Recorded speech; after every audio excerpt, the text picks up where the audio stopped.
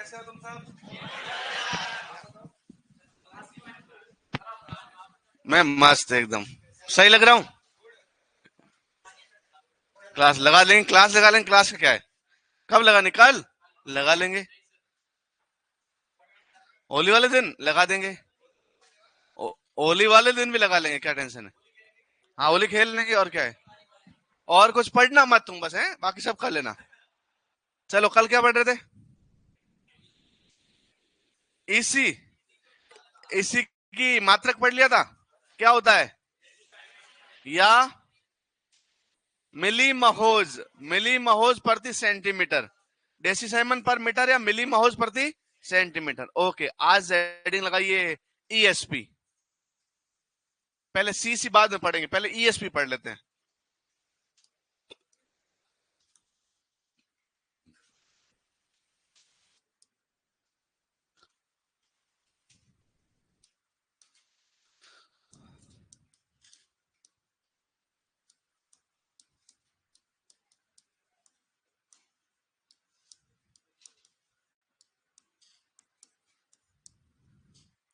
विनेमेसिल sodium प्रतिशत। Notes है किसी के पास? प्रिंटेड है?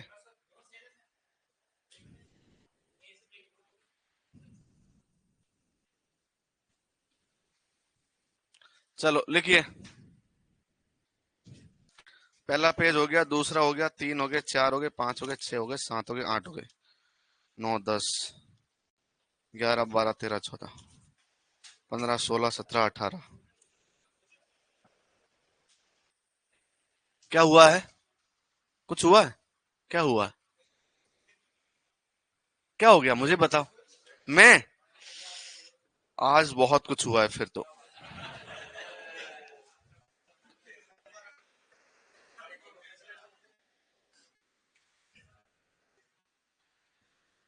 चलो, मैं अभी सो के उठ के आया हूँ जस्ट। ईएसपी सपना बहुत गंदा आया मुझे।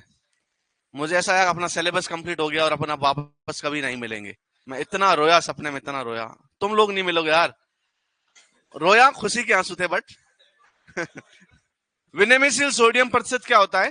पूरी मिट्टी के अंदर सोडियम की मात्रा कितनी है, तो ये क्या बताता है? मिट्टी में सोडियम की मात्रा। किसकी मात्रा? तो विनेमेसिल सोडियम प्रतिशत मिट्टी में किसकी मात्रा बताता है? सोडियम की। तो याद रखना, यह मृदा में सोडियम की मात्रा। सोडियम जानते हैं, आवर्त सारणी में 11वें नंबर पे आता था। पहले ही कॉलम में सस्ती वाले में लिथियम के जस्ट नीचे सोडियम। क्या होता है सिंबल? एन ए छोटा और एन कैपिटल। ओके, तो ये क्या हो गया?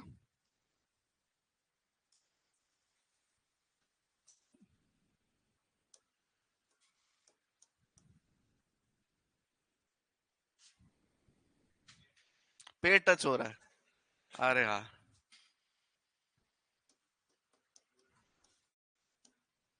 पेट नहीं हो रहा भाई, ये हो रहा है। ये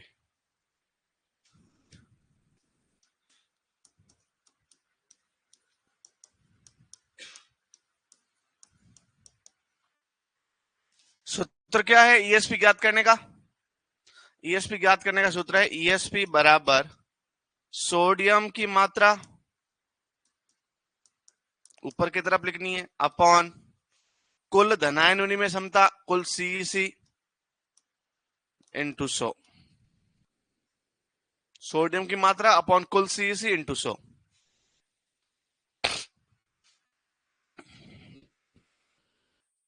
सोडियम की मात्रा अपॉन कुल सीईसी इंटू 100, ये है। अच्छा, इसका मात्रक क्या होता है?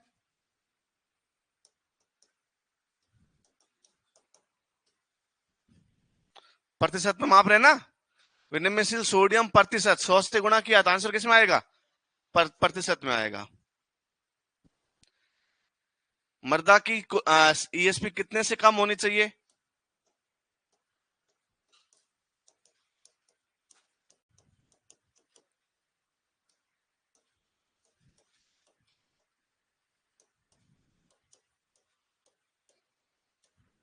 कितने परसेंट से?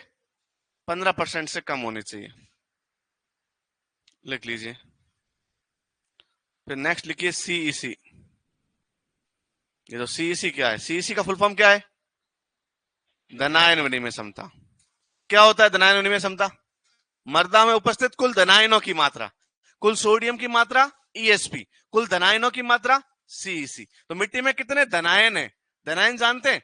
कैल्शियम धनायन है, magnesium, sodium, potassium, aluminium, chlorine ऋणायन है, नाइट्रेट, नाइट्रेट ऋणायन, सल्फेट ऋणायन है, क्लोराइड, फ्लोराइड, ब्रोमाइड। इसका मतलब जिनके पीछे भी 8 आइड लगता है वो सारे के सारे ऋणायन है, और जो नॉर्मल है जिनके पीछे कुछ भी नहीं लगता वो सारे धनायन। कैल्शियम धनायन है, मैग्नीशियम धनायन, तो कैल्शियम का नाम कैल्शियम ही है, समझ रहे? अमोनियम क्या है? धनायन है। ओके, ये लिख लिया। ओके, आगे लिखिए कुल धनायन विनिमय क्षमता या धनायन विनिमय क्षमता। धनायन विनिमय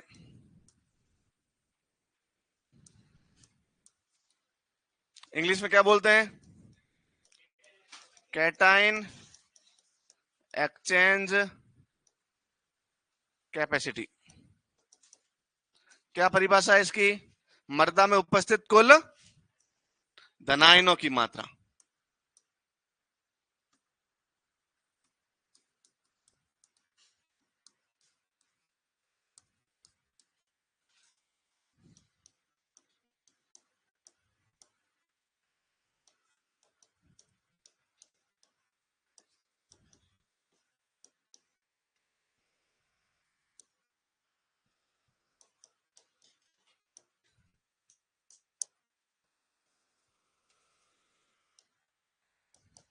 तो मृदा में उपस्थित कुल विनिमयशील धनायनों की मात्रा क्या कहलाती है? CEC कहलाती है।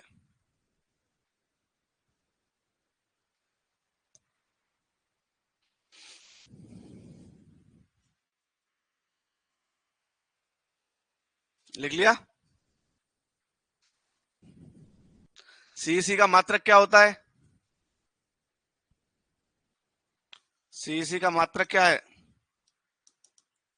तो याद रखना है इसका सेंटीमोल धनायन प्रति किलोग्राम मृदा। लिखते कैसे हैं?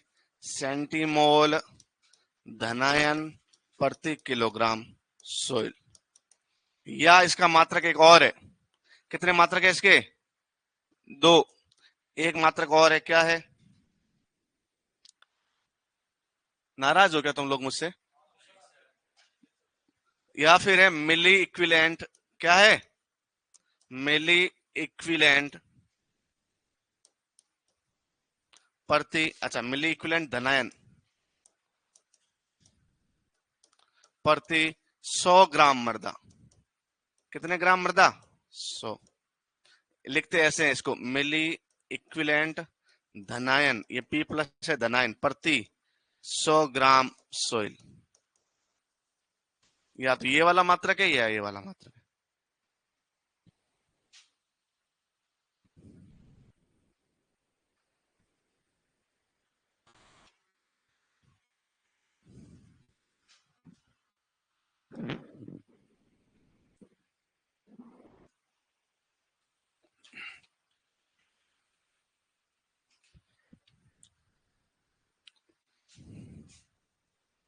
वापस कब तक आओगे तुम घर से?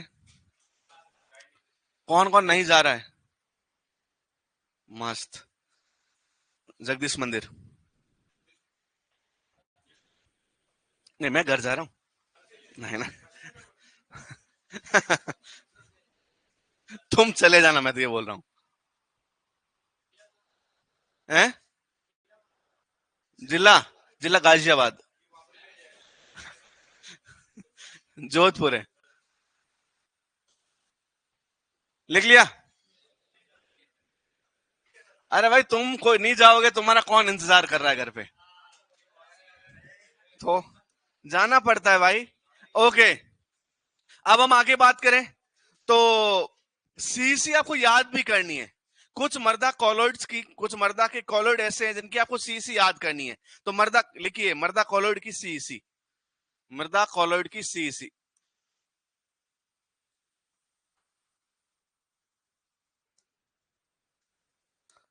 मृदा के दो प्रकार के कॉलॉइड है। कितने प्रकार के कॉलॉइड है? दो प्रकार के। एक है कार्बनिक कॉलॉइड, एक है अकार्बनिक कॉलॉइड। अच्छा, पहले नंबर पे लिखते हैं अकार्बनिक कॉलॉइड। अकार्बनिक कॉलॉइड कौन कौन से एग्जांपल है इसके, याद है क्या? अरे अकार्बनिक कॉलॉइड कौन कौन से हैं? नहीं पता, कोई बात नहीं, इसी के लिए फीस दी है तुम लोगों ने। पहले नंबर पे याद रखना, एक नंबर पे पहला कॉलॉइड है केओलिनाइट। क्या नाम है? क्या नाम है? क्या नाम है? दूसरे नंबर पे एक है इलाइट। क्या नाम है? बोलो इलाइट। क्या नाम है? तीसरे नंबर पे एक नाम है मॉन्ट मोरिलोनाइट। क्या नाम है? वापस बोलो, मॉन्ट मोरिलोनाइट। याद रह जाएगा। ओके, चार नंबर पे एक है वर्मिकुलाइट। क्या नाम है? वर्मिकुलाइट। चारों याद रख लोगे क्या? वापस बोलो, एक नंबर पे, दो नंबर पे, तीन नंबर पे, चार नंबर पे वर्मिकुलाइट। इलाइट के जैसा ही एक और होता है, नाम है क्लोराइट। क्या नाम है? ये भी याद रख लोगे क्या? क्लोराइट। इन चारों की सीसी याद करनी है। केओलिनाइट की कितनी होती है? केओलिनाइट की कितनी होती है? 3 से लगाकर 15 सेंटीमोल पर किलोग्राम। 3 से लगाकर 3 से 15। इलाइट की होती है 20 से 40 सेंटीमोल प्रति किलोग्राम। इसकी भी कितनी होती है? 20 से लगाकर, क्लोराइड नहीं है, क्लोराइट है, 20 से 40 सेंटीमोल प्रति किलोग्राम। अच्छा, मॉन्ट मोलनाइट की कितनी है? 80 से 100 सेंटीमोल प्रति किलोग्राम। और वर्मिकुलाइट की कितनी है? 120 से 150 सेंटीमोल प्रति किलोग्राम। लिख लीजिए, सबकी याद कर लेना। तो आप मुझे बताओ सर्वाधिक किसकी है? वर्मिकुलाइट की।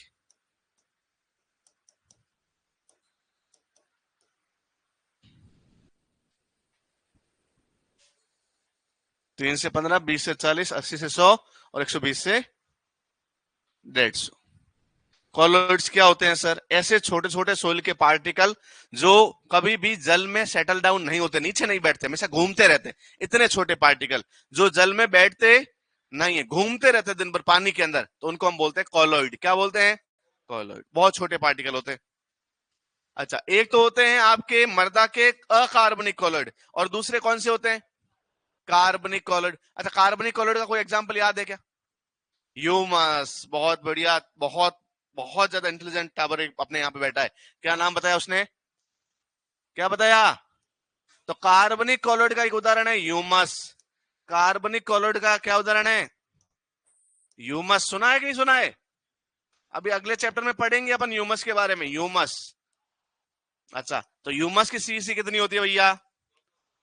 150 से 300, ऑन द एवरेज 200 सेंटीमोल प्रति किलोग्राम। तो अब मुझे बताओ, सभी कॉलॉइड में सबसे ज्यादा किसकी है? ह्यूमस की। लेकिन अकार्बनिक कॉलॉइड में? बहुत बढ़िया, सभी कॉलॉइड में सर्वाधिक।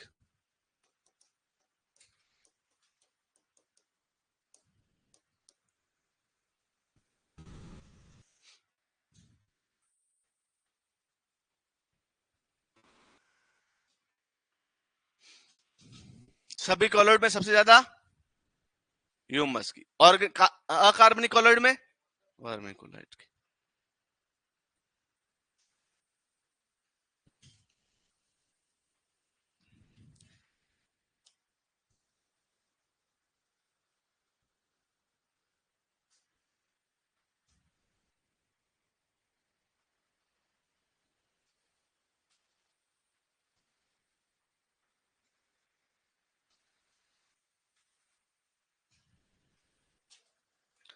अच्छा, ये हो गए मृदा के रासायनिक गुणधर्म खत्म। आगे कौन से गुणधर्म रह गए? जैविक। भौतिक हो गए, रासायनिक हो गए। आगे लिखिए मृदा के जैविक गुणधर्म। मृदा के जैविक गुणधर्म।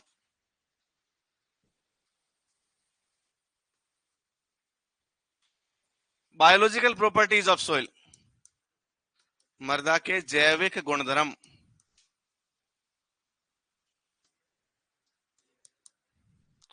The biological properties of soil, जैविक गुणधर्म। जैविक गुणधर्म में सबसे पहले आता है मृदा सूक्ष्म जीव। कौन आते हैं? मृदा सूक्ष्म जीव। केंचुए को जानते हो क्या? सूक्ष्म जीव है क्या? केंचुआ मिट्टी का सूक्ष्म जीव है क्या? तो कैसा है? कौन सा जीव है? अच्छा, सूक्ष्म जीव का दूसरा नाम उल्टा होता है बड़ा जीव, सोइल माइक्रोब्स। वो वृद्ध जीव है, बड़ा है। तो सूक्ष्म जीव क्या होता है? जो आकार में, जैसे मेरे से तुम सारे सूक्ष्म जीव हो? नहीं। तो किससे देखा जा सकता है? नाक कान से, नग्न आंखों द्वारा दिखाई। यदि हम उसके ऊपर कोई लेंस नहीं लगाएंगे, माइक्रोस्कोप नहीं लगाएंगे, तो ये आंखें नॉर्मली उसको देख, तो जो सूक्ष्मदर्शी से दिखाई देते हैं, जो माइक्रोस्कोप से दिखाई देते हैं, उनको हम क्या बोलते हैं? वाह, आईफोन पे कॉल आया। ओके, जो नग्न आंखों द्वारा दिखाई, जो इतने छोटे हैं कि हम माइक्रोस्कोप की सहायता से देख सकते हैं, क्या कहलाते हैं? सूक्ष्म जीव कहलाते हैं। क्या कहलाते हैं? एंड्रॉइड मोबाइल किसके पास नहीं है? सबके पास है। एक समय ऐसा आएगा कि तुम एंड्रॉइड मोबाइल से थक जाओगे। वो आएगा समय, वो जब भी आए, आप आदमी अलग अलग टाइम पे मैच्योर होता है, तो एक टाइम बाद एंड्रॉइड मोबाइल तुम्हें थोड़ा सा, अच्छा सुपरवाइजर बन गए तो शायद नहीं थको जीवन पर, लेकिन नहीं बने तो पक्का, क्योंकि मेरा सुपरवाइजर में सिलेक्शन नहीं हुआ है। अब मैं बहुत सीरियसली तैयारी कर रहा हूं, तो अब रील्स वगैरह देखने लगता हूं। किस पे? एंड्रॉइड पे। तो अब उससे मेरी सुपरवाइजर की तैयारी डिस्टर्ब हो रही है, तो मैंने मोबाइल रख दिया साइड में। इस पे कोई रील वगैरह चलती है क्या? मैसेज आता है व्हाट्सएप कॉल करो ना। अब व्हाट्सएप कॉल इसमें होता, हाँ, बस खत्म बात। कितना मस्त है।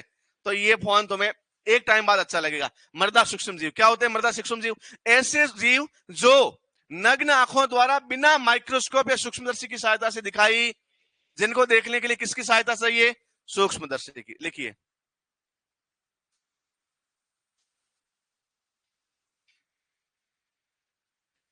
लिखिए, ऐसे ऐसे मृदा जीव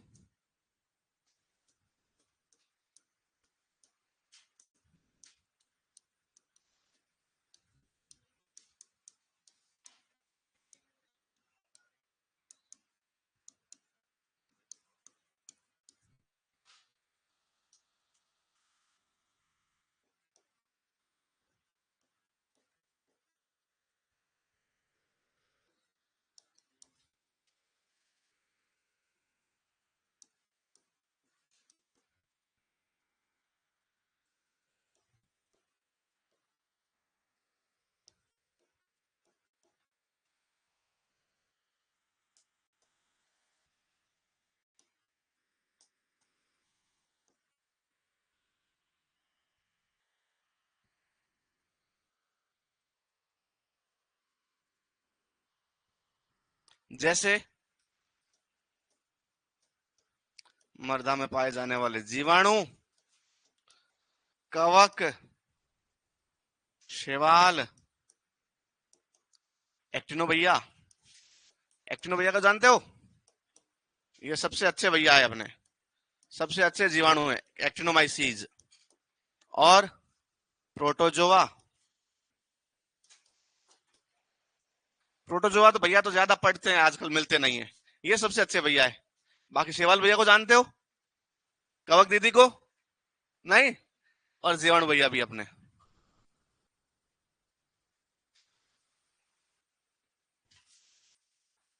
जीवाणु, कवक, शैवाल, एक्टिनोमाइसीटीज एंड प्रोटोजोआ लिख लीजिएगा। तुम लिखते नहीं हो क्या? वाह, दिखती तो है भाई। गलती हो गई, ये सूक्ष्म जीव नहीं। अभी बताएंगे इसके बारे में। नहीं नहीं नहीं, नहीं दिखता। ये पागल बना रहा है। नहीं दिखते, मैं बोल रहा हूं। भरोसा कर मेरे पास बात पे, नहीं दिखते। तो जिसको देख के आया वो शैवाल थे ही नहीं। नहीं नहीं नहीं। अरे मैं बताऊं, अब तुम बोलो सर मुझे सैटेलाइट से मैं दिखता हूं। नहीं, तुम्हारे घर दिखते हैं, कॉलोनी दिखती है, गांव दिखता है।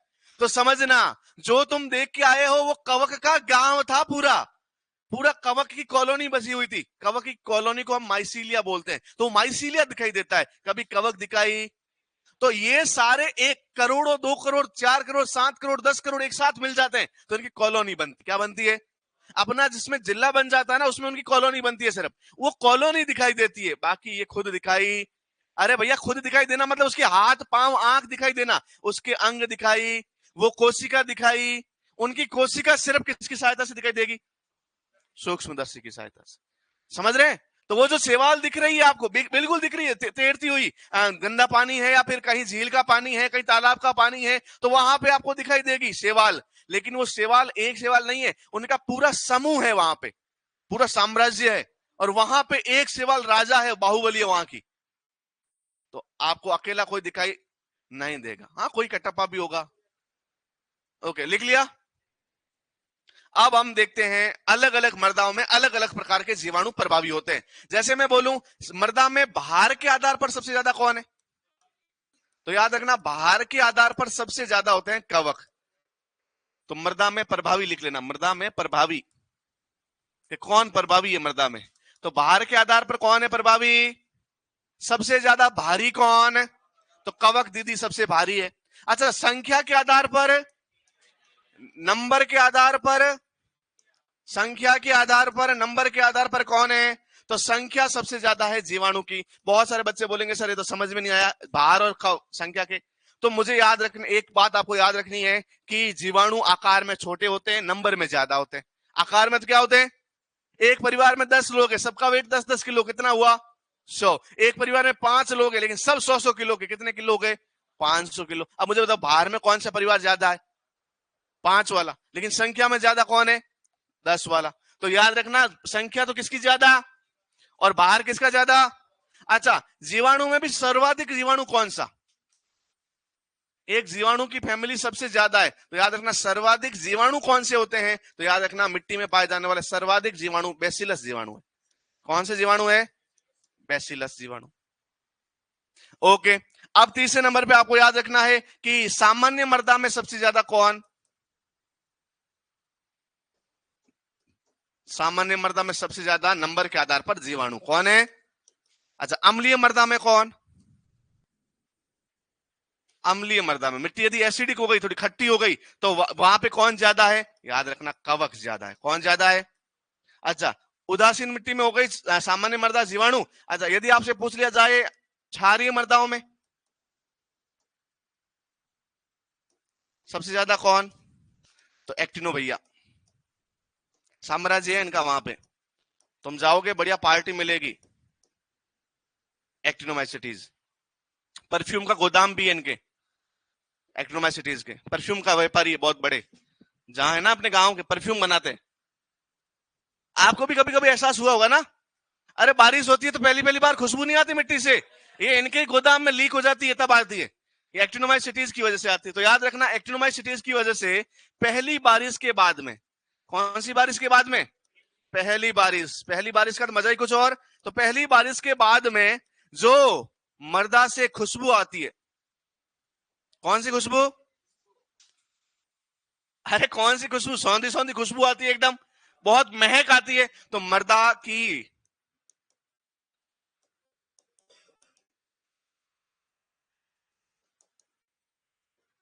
जिम्मेदार कौन है? एक्टिनो भाई, एक्टिनो भैया जो है वो जिम्मेदार है, याद रखना। बहुत सारे कवि लोग लिख लेते हैं कहानियां, कविताएं, कि पहली बारिश, पहली बारिश पे कितने गीत बन गए, लेकिन याद रखना वो किसकी वजह से बन रहे हैं? हाँ, इनके परफ्यूम की दुकान है। ओके, वापस याद करो, नंबर के आधार पर, संख्या के आधार पर सबसे ज्यादा कौन? अच्छा, भार के आधार पर, सामान्य मर्दा में, अम्लीय मर्दा में, उदासीन मर्दा में, उदासीन मर्दा में, क्षारीय मर्दा में, पहली बारिश के बाद में खुशबू। बहुत बढ़िया, लिख दिया। आगे बढ़े। जल मग्न मृदाओं में, जल मग्न मृदाओं में, पानी से घिरी हुई मिट्टियों में, तो याद रखना जल मग्न मृदाओं में सबसे ज्यादा शैवाल। वापस आया कॉल आईफोन पे।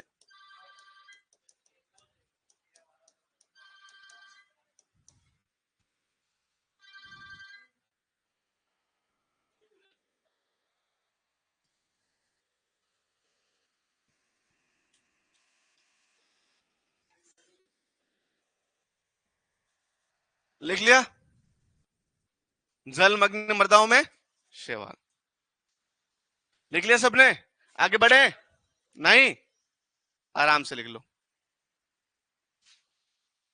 कौन है? थोड़ा 2 मिनट आता हूं मैं।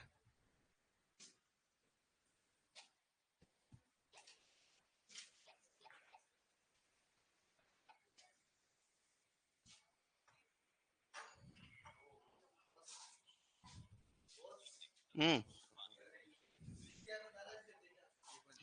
क्या हो, नित्य नाराज हो गई?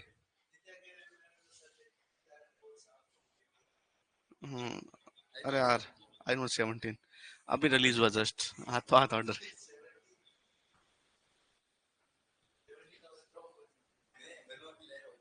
और बनता ही नहीं है, मार्केट में अवेलेबल ही नहीं है, पार्ट से नहीं मिलते। हेलो। हाँ हाँ, मैं आ रहा हूँ, शाम को आऊंगा। हाँ हाँ बिल्कुल। ओके ओके, शाम को चलना है। क्या हुआ? बंद नहीं हुआ?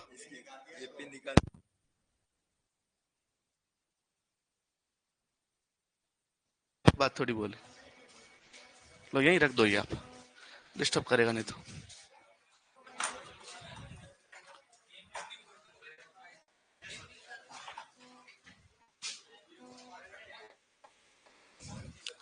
ओके।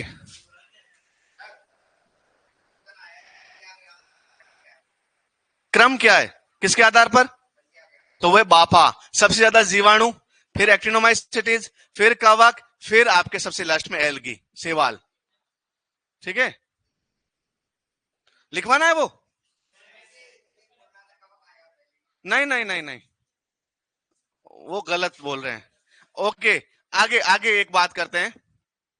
नेक्स्ट वो है, अब देखो, इन सब जीवाणुओं का या कवक की बात करें, ये सब पोषण के आधार पर अलग अलग है, अलग अलग तापमान में रहते हैं, ये हर कोई एक जगह नहीं रहता। पोषण के आधार पर ये 2 प्रकार के हैं, तो लिखिए पोषण के आधार पर जीव, पोषण के आधार पर सूक्ष्म जीव 2 प्रकार के। पोषण के आधार पर कितने प्रकार के?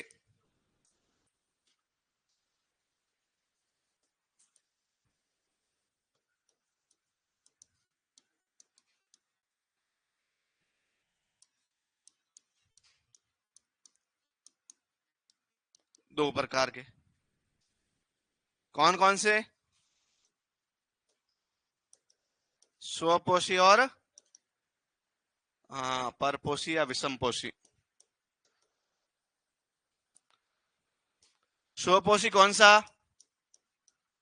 शैवाल। जीवाणु और कवक कैसे? शैवाल स्वपोषी क्यों है? क्योंकि इनके अंदर हरित लवक पाया जाता है, इनके अंदर हरित लवक पाया नहीं जाता। हरित लवक तो जानते हैं ना, क्लोरोफिल।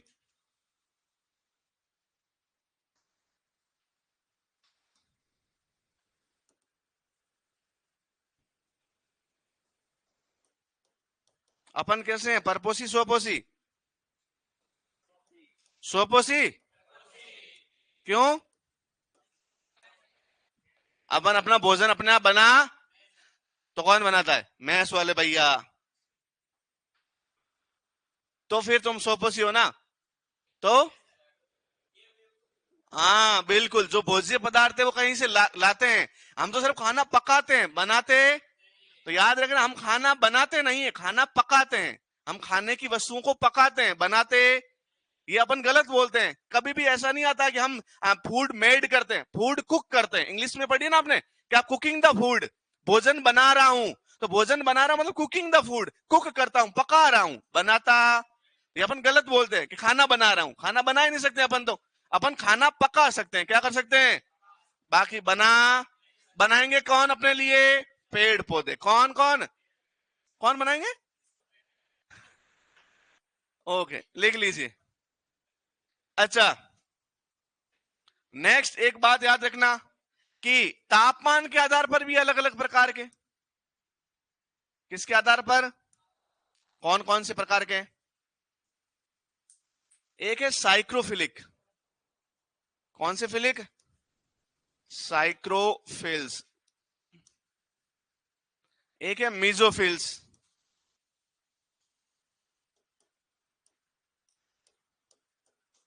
और एक कौन से हैं? तीसरे नंबर पर कौन से हैं? थर्मोफिल्स। थर्मो नाम से पता चल रहा है जो सबसे ज्यादा तापमान पे रहते हैं, थर्मोफिल्स।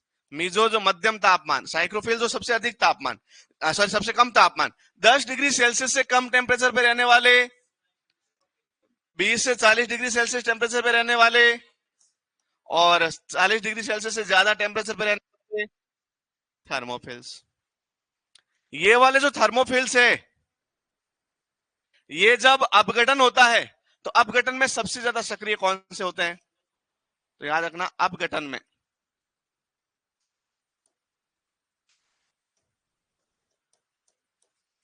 सर्वाधिक सक्रिय, अपघटन में सर्वाधिक सक्रिय।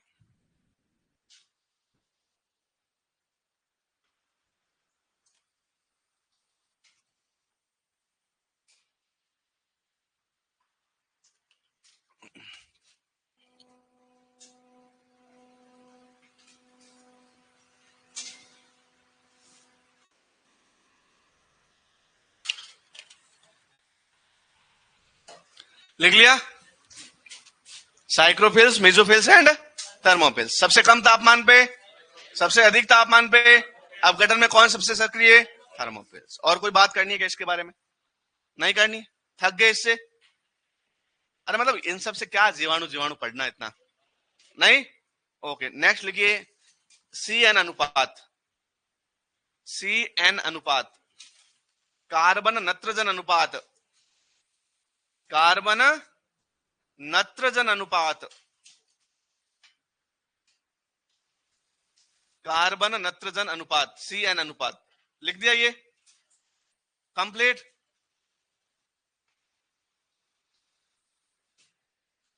कार्बन अनुपात नत्रजन। नत्रजन जानते हो किसको बोलते हैं? नाइट्रोजन को।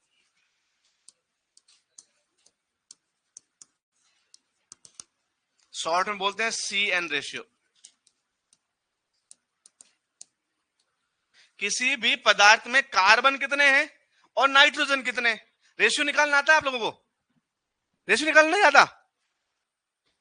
मैं बोलूं इस रूम में लगभग 15 गर्ल्स है और 20 लड़के हैं, तो रेशियो क्या हो गया? 15:20। एक दूसरे से कट सकते हैं क्या? यस, ये 3 से कट जाएंगे और ये, तो आप मुझे बताओ लड़के और लड़कियों का रेशियो कितना है? 3:4। तो सरलतम अनुपात जो होता है किसी भी दो वस्तुओं का, उसको हम बोलते हैं अनुपात। क्या बोलते हैं? तो 3:4 मतलब 3, यदि लड़कियां हैं तो 4 लड़के हैं इस क्लास के अंदर। अब मैं बोलूं टीचर और स्टूडेंट रेशियो कितना है, तो 100 स्टूडेंट है और 1 टीचर है, तो क्या हो गया? 100:1, मतलब 100 स्टूडेंट और 1 टीचर। मैं बोलूं इस पूरे के पूरे रूम में रूम अनुपात पंखे कितने, तो पंखे गिनो कितने? 2 और 1 3, तो 3:1, मतलब 3 पंखे और 1 रूम है। तो यही तो अनुपात है, दो वस्तुओं को कंपेयर करना। क्या करना? इस पूरे रूम में बोतल अनुपात बैग कितने, तो हम मान लेते हैं बोतल है 25 और बैग है 100, तो 25:100 कट सकते हैं क्या? यस, 1:4। ये सिंपल सी बात है, इसको हम बोलते हैं कार्बन। तो लिखिए कार्बन नत्रजन अनुपात क्या होता है? किसी पदार्थ में उपस्थित, किसी पदार्थ में उपस्थित कार्बन एवं नत्रजन अणुओं का सरलतम अनुपात, सबसे सरल से सरल अनुपात कार्बन नत्रजन अनुपात कहलाता है।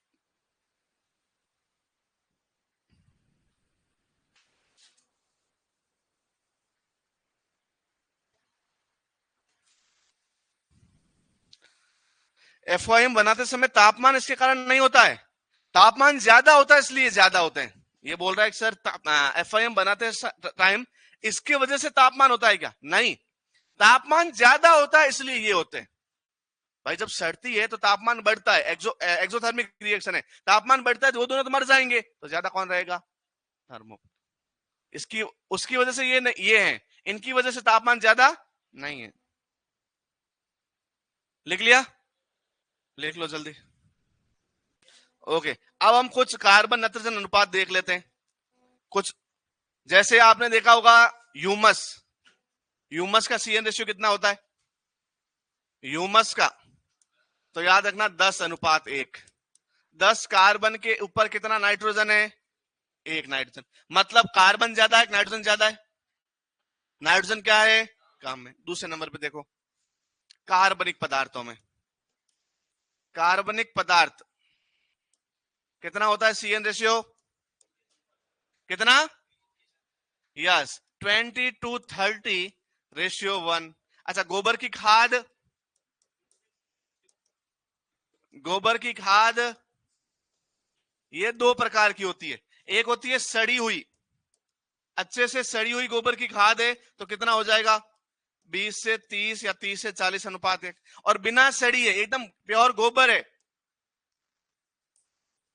तो याद रखना 100:1।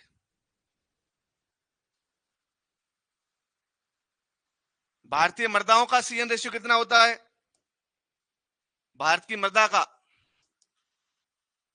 कितना है? 10:12:1। और किसका लिखोगे? हरी खाद का सीएन अनुपात कितना है? हरी खाद का इसका भी लगभग 20 से 30:1। ओके, गेहूं के भूसे का,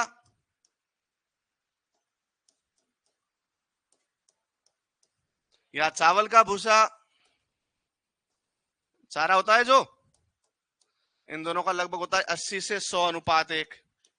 अच्छा, सूक्ष्म जीवों का कितना होता है? सूक्ष्म जीव का कितना होता है? 4 से 9:1। लिख लीजिए।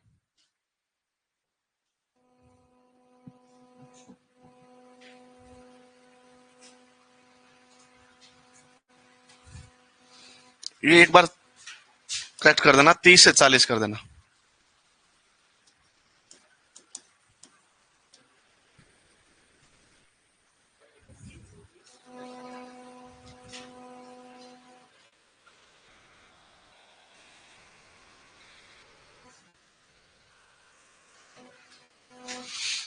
और सबसे लास्ट में लिखना लकड़ी का बुरादा। कि कहां लिखवाया? कहां पे? किसने?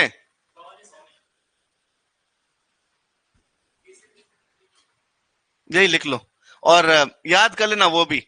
मैं एक और बात बताऊं, ये इनका रियल में कहीं फिक्स है नहीं, अलग अलग किताबों में अलग अलग दे भी रखा है। इसका रीजन भी है, क्योंकि जो गोबर की खाद बनती है वो एक प्रकार के पशु के गोबर से या एक प्रकार के मटेरियल से या एक प्रकार के सड़ के नहीं बनती, तो ये वेरी करता भी है। तो जैसा ऑप्शन सुटेबल आए तुम्हें उस हिसाब से कर लेना। 20 से 30 वाला ऑप्शन सही लग रहा है और यदि ऑप्शन में है तो कर लेना। ऐसा ऑप्शन आएगा नहीं कि 10 से 20, 20 से 30, 30 से 40, 40 से 50, तो नो टेंशन लेना। अच्छा, लकड़ी का बुरादा कितना होता है? 425:1 या 400:1। तो सबसे ज्यादा सीएन रेशियो किसका है? लकड़ी के बुरादे का।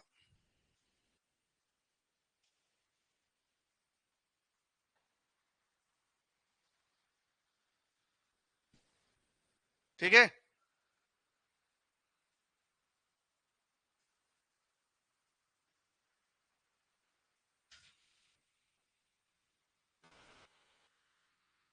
नेक्स्ट हेडिंग लगाइए मृदा निर्माण, सोइल फॉर्मेशन। मिट्टी बनती कैसे है? कैसे बनती है मिट्टी? बनती कैसे है मिट्टी? मिट्टी कैसे बनती है? चट्टानों के टूटने से, अपघटन से, अपक्षय से। तो नेक्स्ट हेडिंग लगाइए मृदा निर्माण। हैं? पीछे?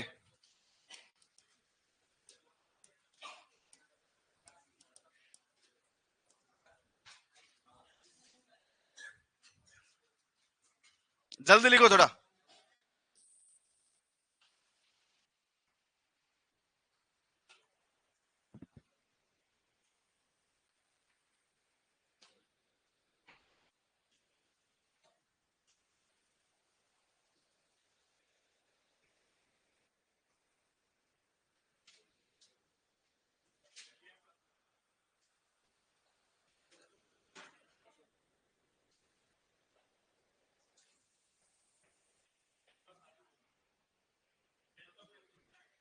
लिख दिया?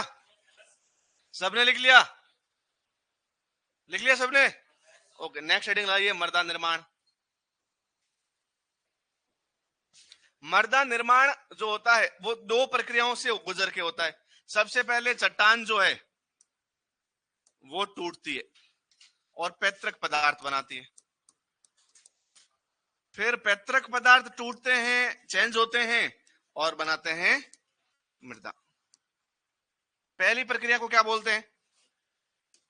इसको क्या बोलते हैं? अपक्षय। और इसको क्या बोलते हैं? मृदा निर्माण। अपक्षय जो होता है कितने प्रकार का होता है? कितने प्रकार का होता है? तो याद रखना, अपक्षय का मतलब होता है चट्टानों का टूट के किस में बदलना? चट्टानों का टूटकर पैतृक पदार्थ में बदलना।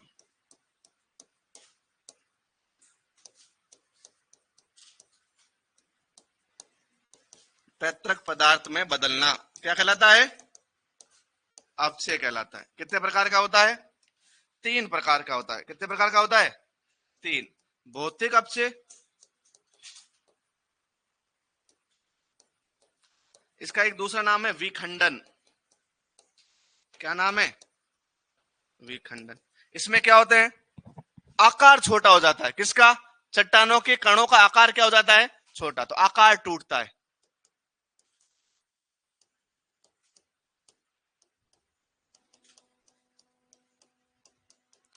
दूसरे नंबर पे है रासायनिक अपक्षय।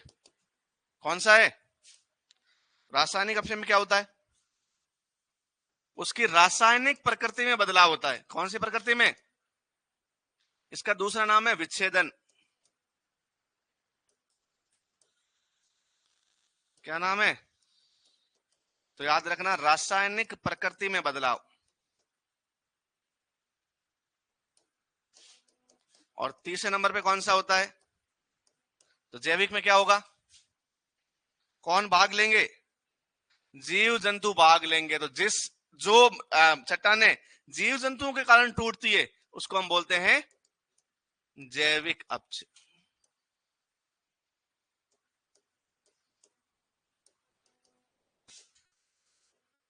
तो याद रखना, ये किसके द्वारा होता है? जीवों द्वारा। लिख लीजिए।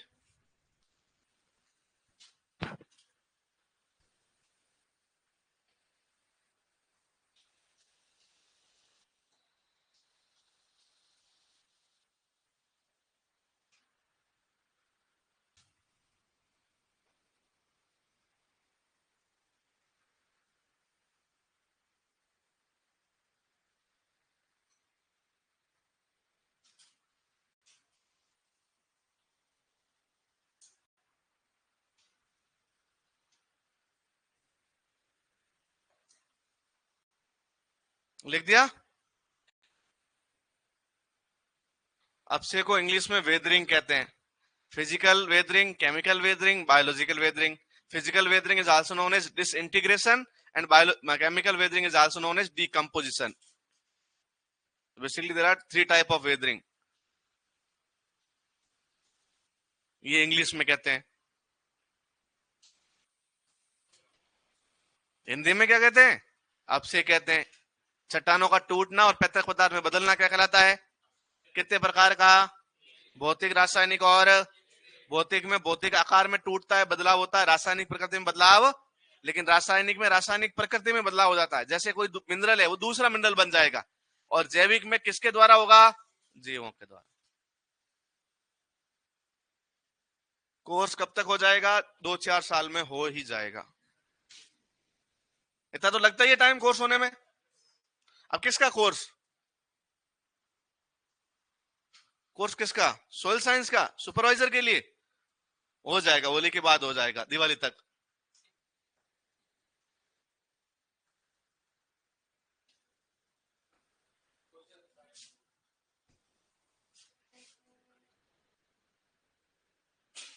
ऐसे डरा के क्यों बोलता है? मैं दुश्मन हूं क्या तेरा? रुको सर, ऐसे बोला, रुकिए सर, रुक जाओ सर। कहां जाओगे सर इतने दौड़ के? रुक जाओ ना सर।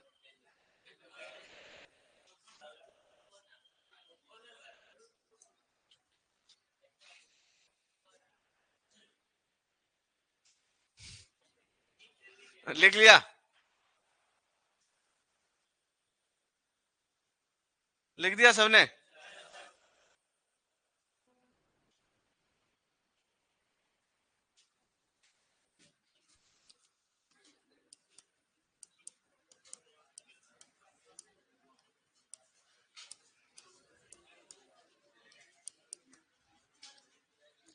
एक आपसे होता है प्याज नुमा आपसे। कैसा आपसे? प्याज नुमा। प्याज, प्याज पता है क्या होती है?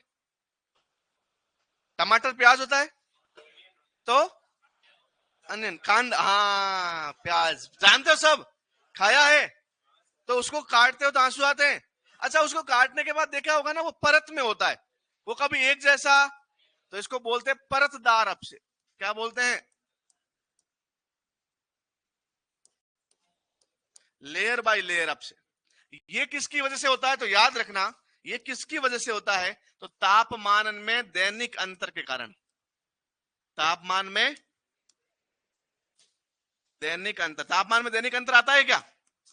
अरे एक दिन में तापमान में अंतर होता है क्या? कि एक जैसे होता है दिन भर तापमान?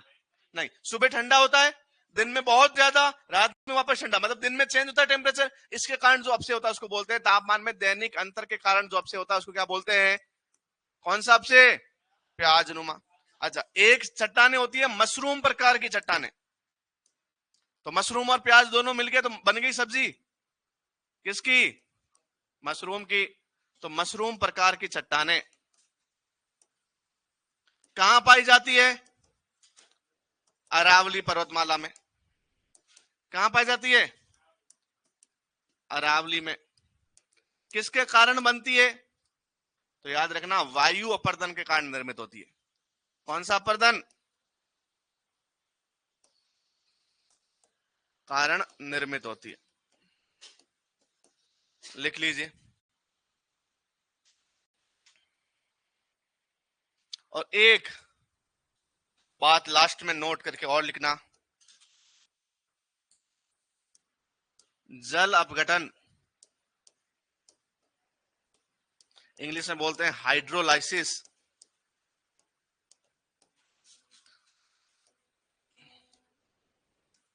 रासायनिक अपक्षय की सबसे महत्वपूर्ण प्रक्रिया है।